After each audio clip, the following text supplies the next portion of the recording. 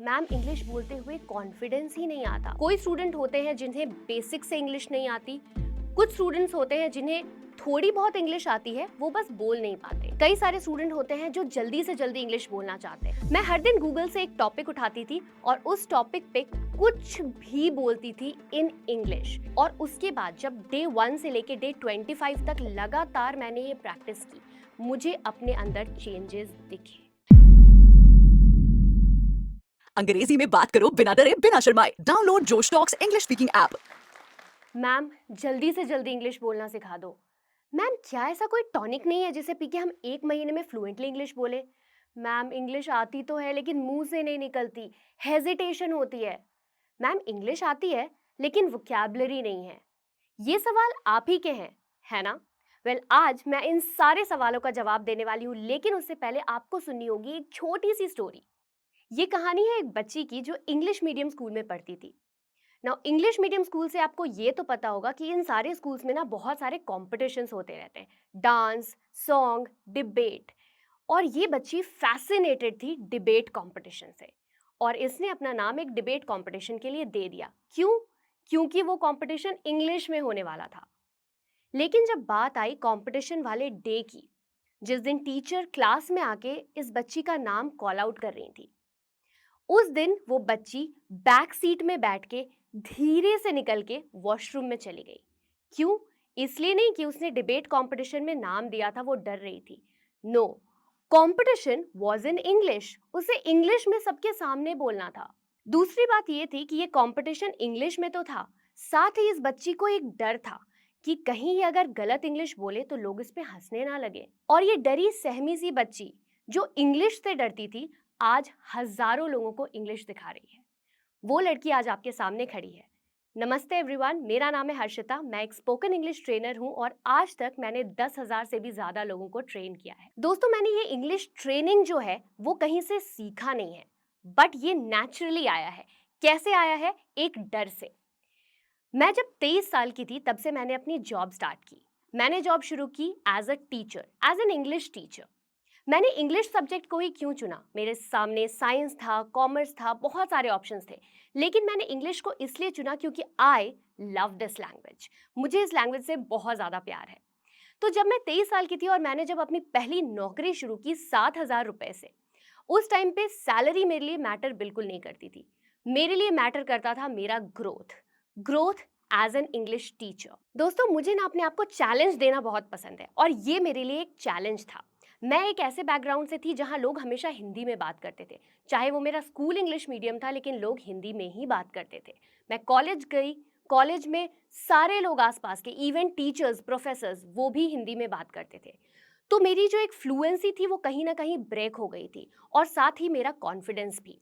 तो ये चैलेंज जो मैंने खुद को दिया एज एन इंग्लिश टीचर, वो चैलेंज था अपनी फ्लुएंसी को इम्प्रूव करने का। जब मैं क्लास में जाती थी, स्टूडेंट्स के सामने इंग्लिश में लेक्चर देती थी, इंग्लिश में पढ़ाती थी, उससे पहले मैं खुद को बहुत ज़्यादा प्रिपेयर करती थी।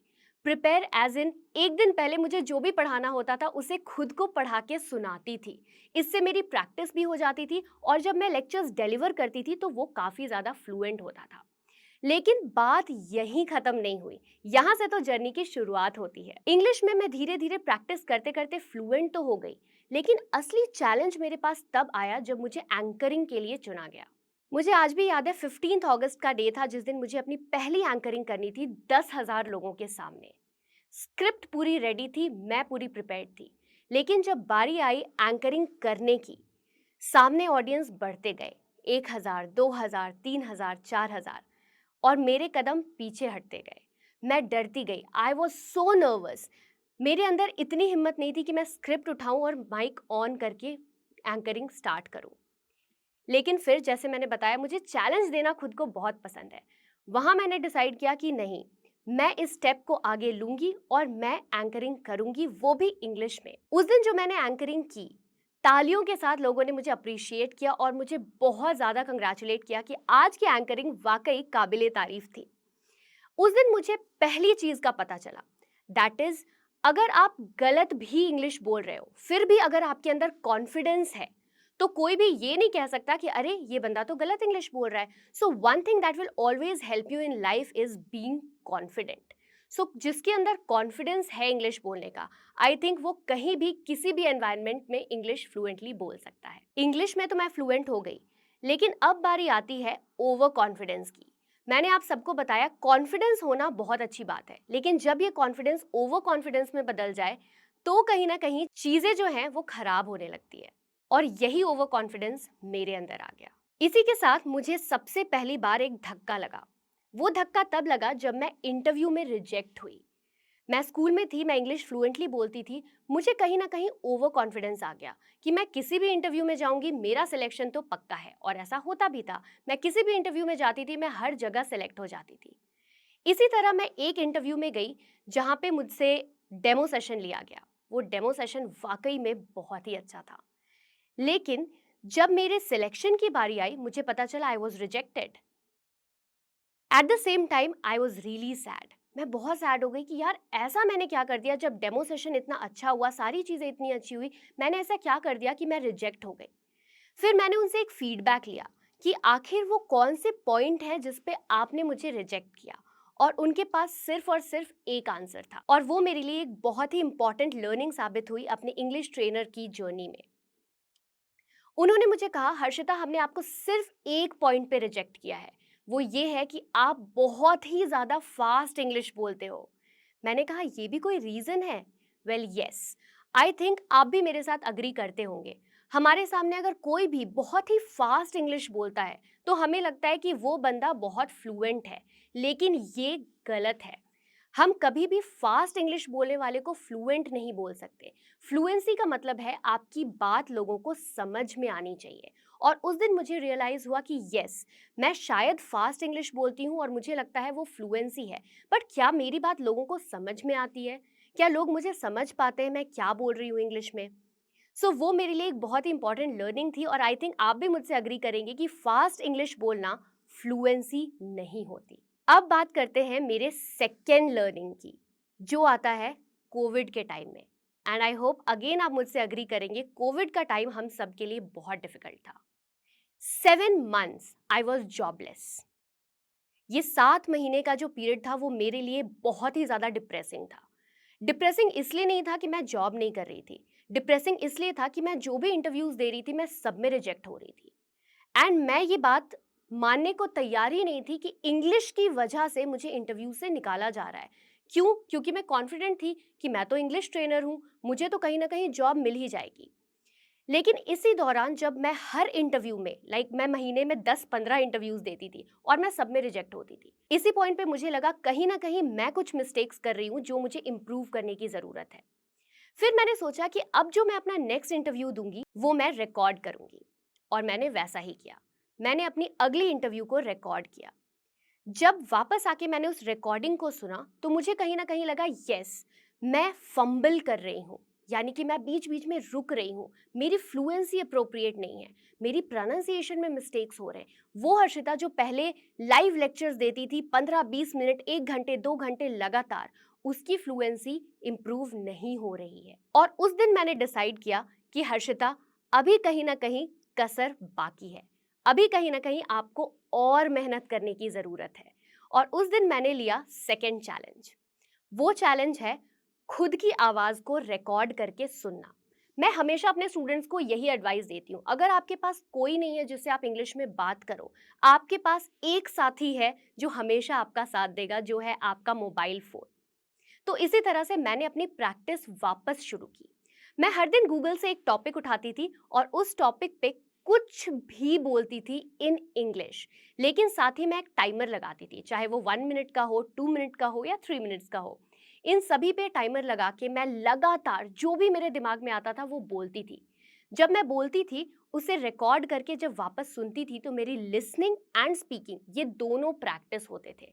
और उसके बाद जब डे 1 से लेके डे 25 तक लगातार मैंने ये प्रैक्टिस की, मुझे अपने अंदर चेंजेस दिखे। जैसे मैंने आप सबसे वादा किया था इस टॉक के शुरुआत में कि मैं आपको सारे सवालों के जवाब दूंगी, तो अब बारी है उन सारे सवालों का सही सही जवाब देने की।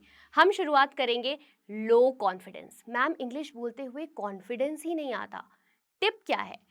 टिप ये है कि आपको अपना लेवल पता होना बहुत ज़रूरी है। मैं जानती हूँ आप कई बार लोगों से सुनते होंगे ये वोकैब्युलरी याद कर लो, प्रोनाउंसिएशन पे मेहनत करो, फ्लुएंसी इंप्रूव करो, लेकिन साथ ही लेवल पता होना क्यों ज़रूरी है। मैं मानती हूँ कि हर स्टूडेंट का इंग्लिश बोलने का एक लेवल होता है। कोई स्टूडेंट होते हैं जिन्हें बेसिक से इंग्लिश नहीं आती, कुछ स्टूडेंट्स होते हैं जिन्हें थोड़ी बहुत इंग्लिश आती है, वो बस बोल नहीं पाते, और कुछ स्टूडेंट्स होते हैं जो अच्छी खासी इंग्लिश बोलते हैं, उन्हें बस वोकैबुलरी इंप्रूवमेंट की ज़रूरत है। तो आपको लेवल इसलिए पता होना चाहिए ताकि आपको पता हो कि आपको कहाँ मेहनत करनी है। सपोज मेरा एक स्टूडेंट है जो बिल्कुल भी इंग्लिश नहीं जानता, उसे सेंटेंस बनाना भी नहीं आता, और अगर मैं उसे कहूँ कि आप वोकैबुलरी याद करो या आप प्रोनाउंसिएशन पे मेहनत करो, तो ये उसके लिए एक रॉन्ग एडवाइस होगी। एक बेसिक इंग्लिश लर्नर के लिए ज़रूरी है उसे एक सेंटेंस बनाना आना, और वो सेंटेंस के लिए उसे सिंपल सेंटेंस से स्टार्ट करने की ज़रूरत है। आपको कॉन्फिडेंस इंग्लिश बोलने में क्यों नहीं आता, क्या आपने कभी सोचा है? आपको इसलिए कॉन्फिडेंस नहीं आता क्योंकि आपको लगता है कि मैं गलत इंग्लिश बोल रहा हूँ।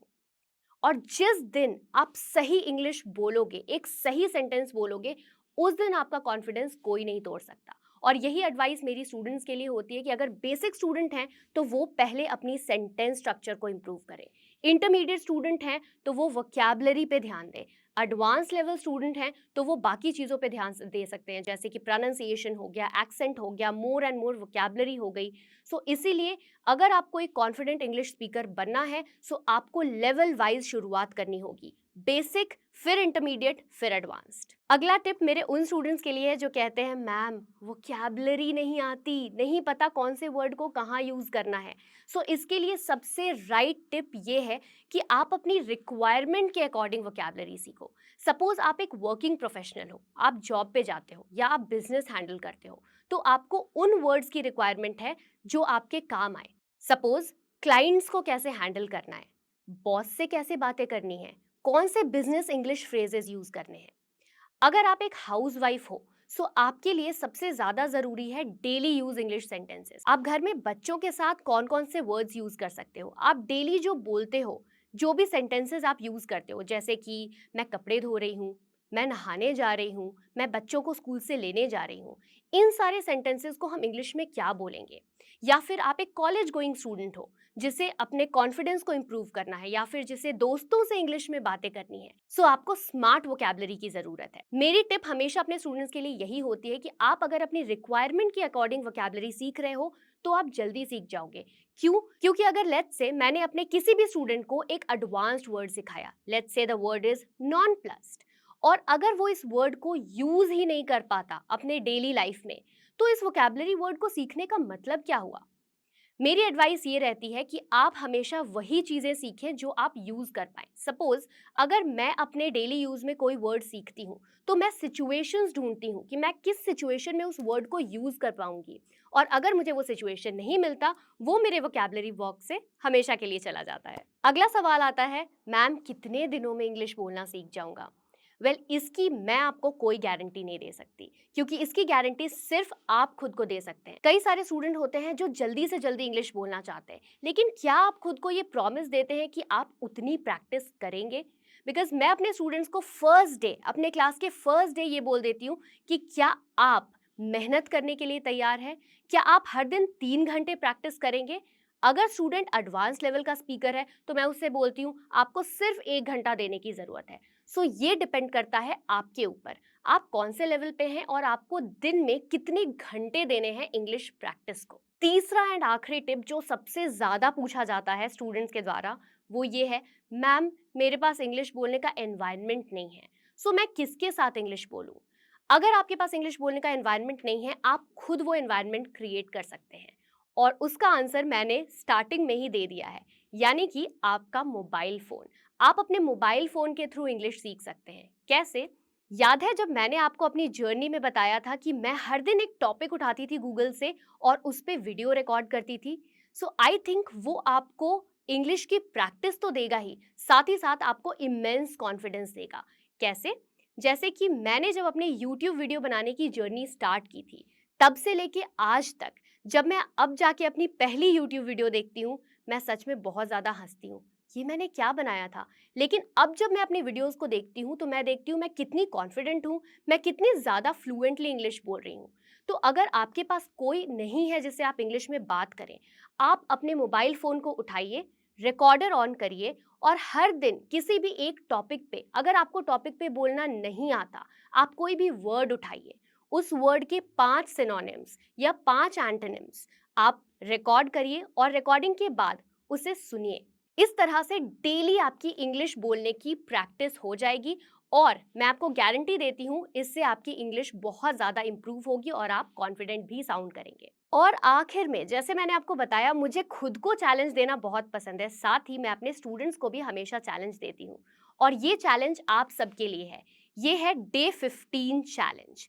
इस डे 15 चैलेंज में आपको क्या करना है, डे 1 से लेके डे 15 तक हर दिन आपको एक वीडियो अपने फ़ोन में बनानी है। अगर आपके पास कोई मेंटोर है, कोई गाइड है जो चेक कर सकता है, आप उससे चेक करवा सकते हो। नहीं है, नो वरीज, आप खुद अपने पास उसे रख सकते हो। डे 15 में हर दिन आप एक वीडियो बनाओगे और 15th डे पे जाके आप अपनी फर्स्ट डे की वीडियो देखोगे। आपको खुद अपने अंदर फर्क नजर आएगा कि मैंने डे 1 पे कैसी वीडियो बनाई थी, कैसे इंग्लिश बोल रहा था और डे 15 पे मेरी क्या इंप्रूवमेंट है। मैं तो चैलेंजेस के लिए हमेशा तैयार रहती हूँ। क्या आप सब इस चैलेंज के लिए तैयार हैं? अब भारत बोलेगा इंग्लिश।